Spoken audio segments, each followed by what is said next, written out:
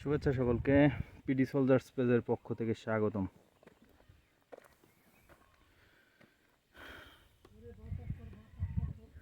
এখন যে সুন্দর দৃশ্যটি দেখাচ্ছি আপনাদের, এটি একটি নাইকনছড়ি উপজেলার জামছড়ি নামক স্থানের সুন্দর পাহাড় এবং লোকালয় আর মাঠ, ধানের ক্ষেত সব মিলে অসাধারণ এক পরিবেশ। এটাই দেখাচ্ছি আপনাদের। এখন আপনারা মন চাইলে কক্সবাজার আসলে কক্সবাজার থেকে 100 টাকা সিএনজি ভাড়া নেবে। এই নাইকনছড়ি উপজেলার জামছড়ি নামক স্থানে আসতে পারেন। এটা হচ্ছে পাহাড়িদের বাড়ি। সামনে যে আগাচ্ছি আমি, দেখুন কত সুন্দর প্রাকৃতিক পরিবেশ। পুরাটাই মাটির ঘর। পাহাড়ে সাধারণত মাটির ঘর এবং সন দিয়ে বাড়ি তৈরি করা থাকে। দেখুন টিলা, আমি একটা টিলার উপর, এই সাইডে আঁকা বাঁকা আরও অনেক টিলা।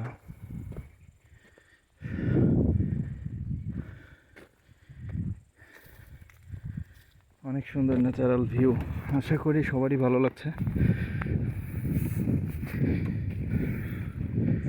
ভ্রমণ পিপাসুদের জন্য মূলত এইসব জায়গায় বর্ডারের সাইডে, মায়ানমার এখান থেকে বেশি দূরে নাই, হয়তো আর 20 মিনিট লাগবে মায়ানমার পৌঁছাতে। বাট চা বাগান পর্যন্ত আপনারা আসতে পারেন। চা বাগানের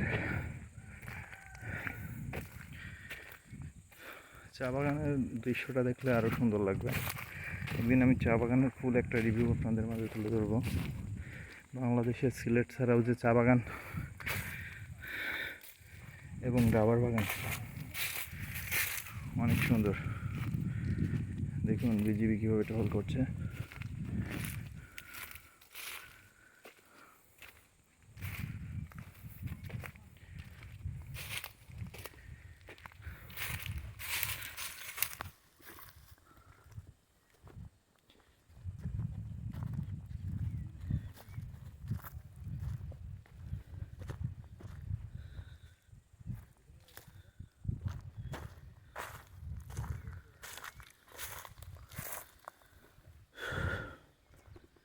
আমি যে স্থানটিতে এখন যাচ্ছি, মূলত জায়গাটির নাম সাপমারা ঝিরি।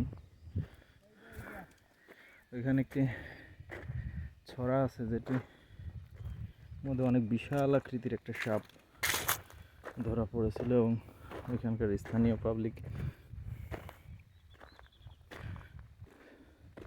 সাপটিকে মেরে ফেলছিল, যার জন্য ওই জায়গাটির নামকরণ করা হয়েছে সাপমারা ঝিরি।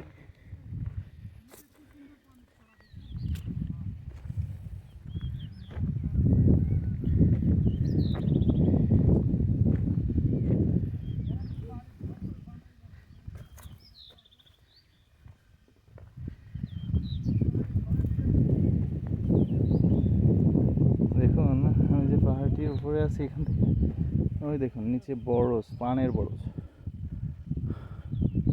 পানির ছড়া আছে নিচে। সাধারণত পাহাড়ের আঁকা বাঁকা সমস্ত জায়গায় পানির ছড়া। এখানে পানি পাহাড়ের ঝর্ণা থেকে জমা হয়।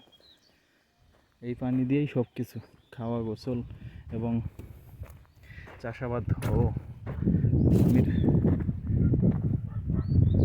এখন একটা লেক দেখাচ্ছি, পাহাড়ি লেক, কত সুন্দর। আমি একটু ক্লোজ করে দেখানোর চেষ্টা করছি। ওই দেখুন, এই লেকটি দিয়ে অনেক মাছ আছে। এখানে বোয়াল ও বিভিন্ন দেশি বিদেশি মাছ রয়েছে।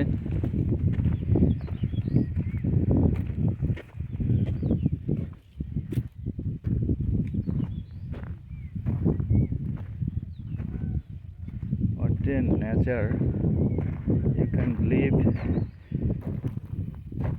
আমাদের দেশেই কত সুন্দর পাহাড় এবং পর্যটন এলাকা রয়েছে যেগুলো অরক্ষিত এখনো।